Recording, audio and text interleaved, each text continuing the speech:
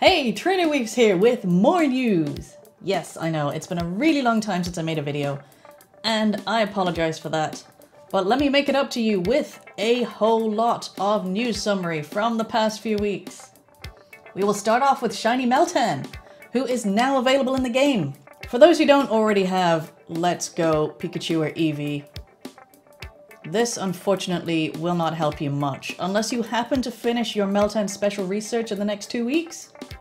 So what's happened is they've enabled Shiny Meltan from now until 4th March, 11:59 Pacific time.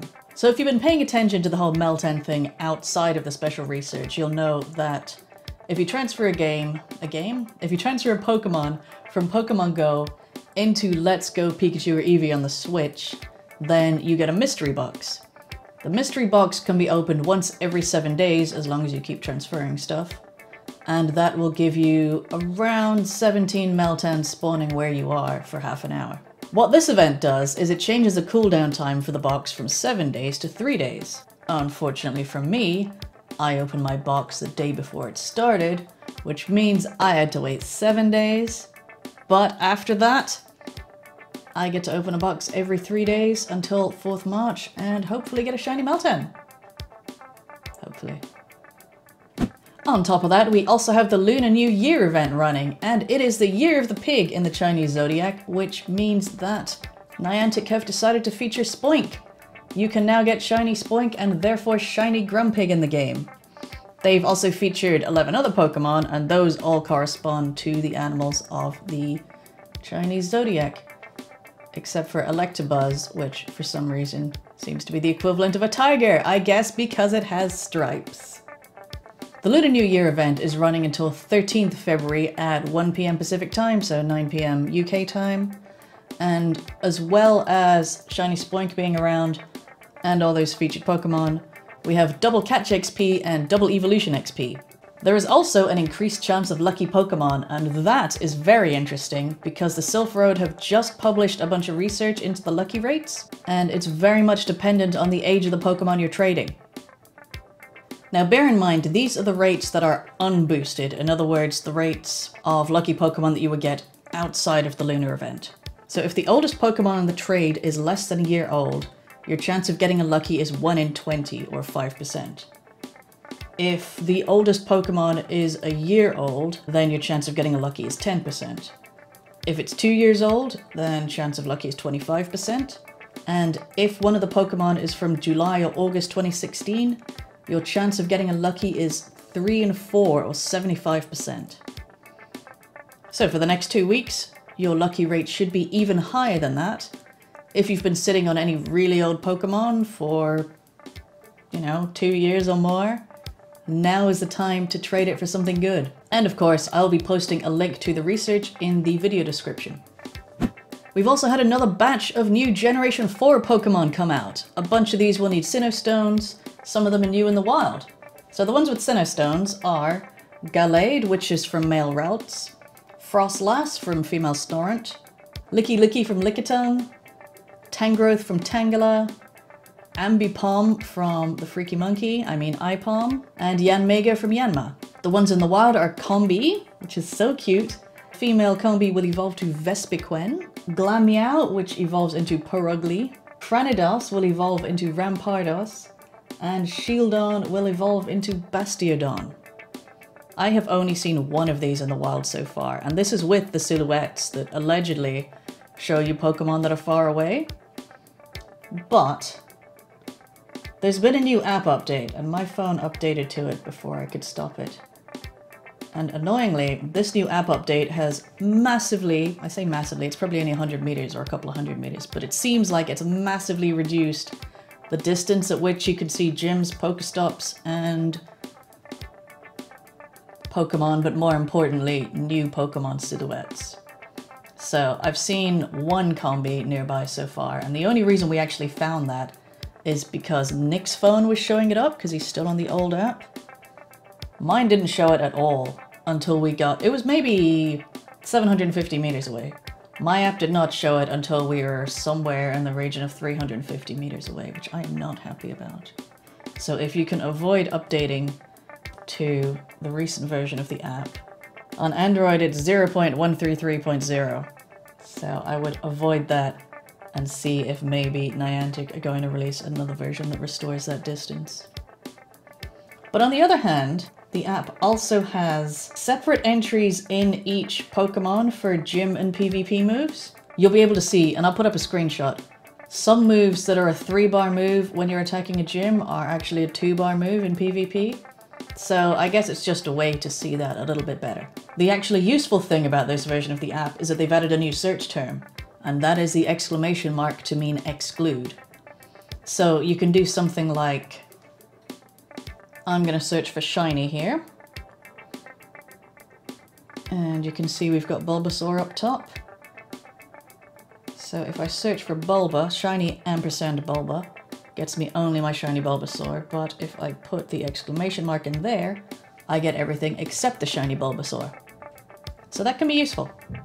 Beyond that, I would still wait. Speaking of PvP moves, we've also had a big raids and PvP rebalance.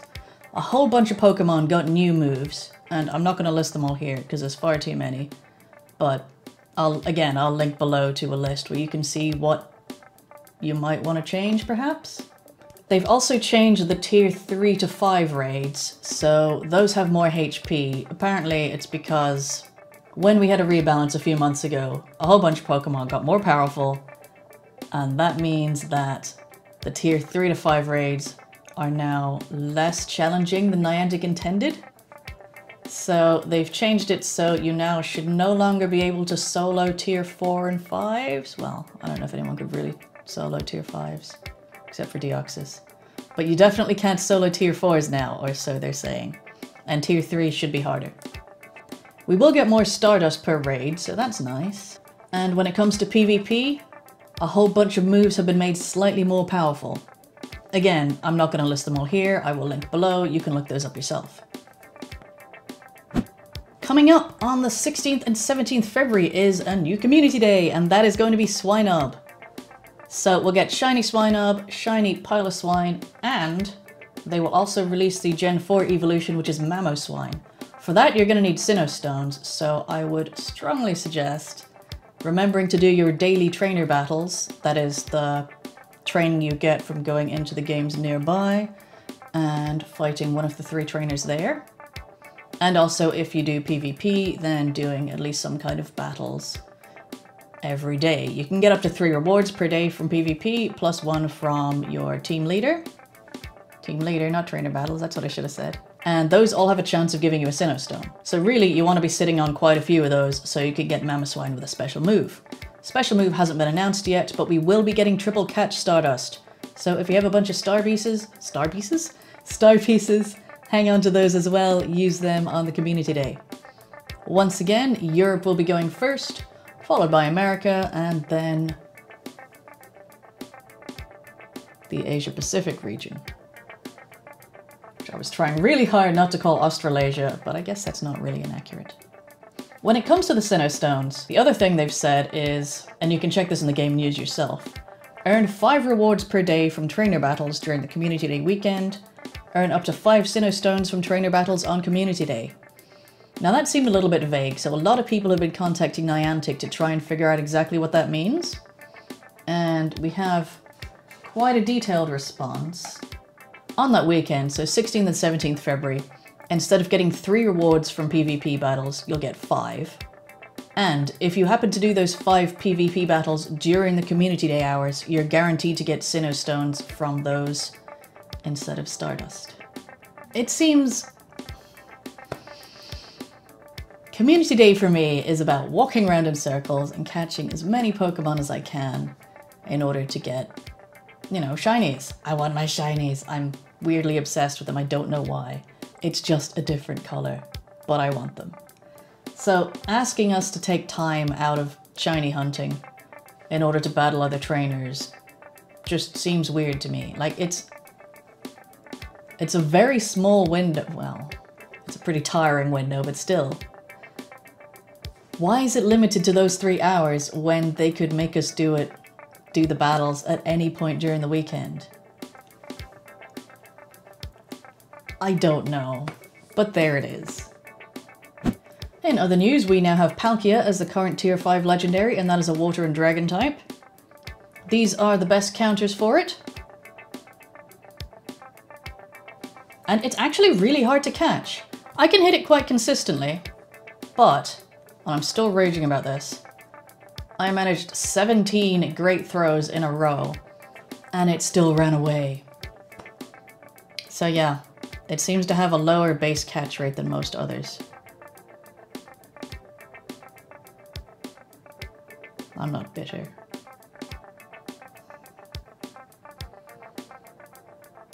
On the other hand, I traded one of my rubbish ones with Nick and got a lucky, so hey.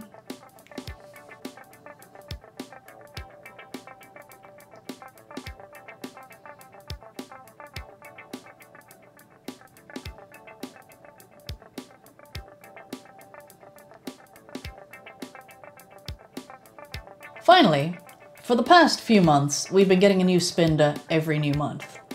This time, we do not have a new Spinda form.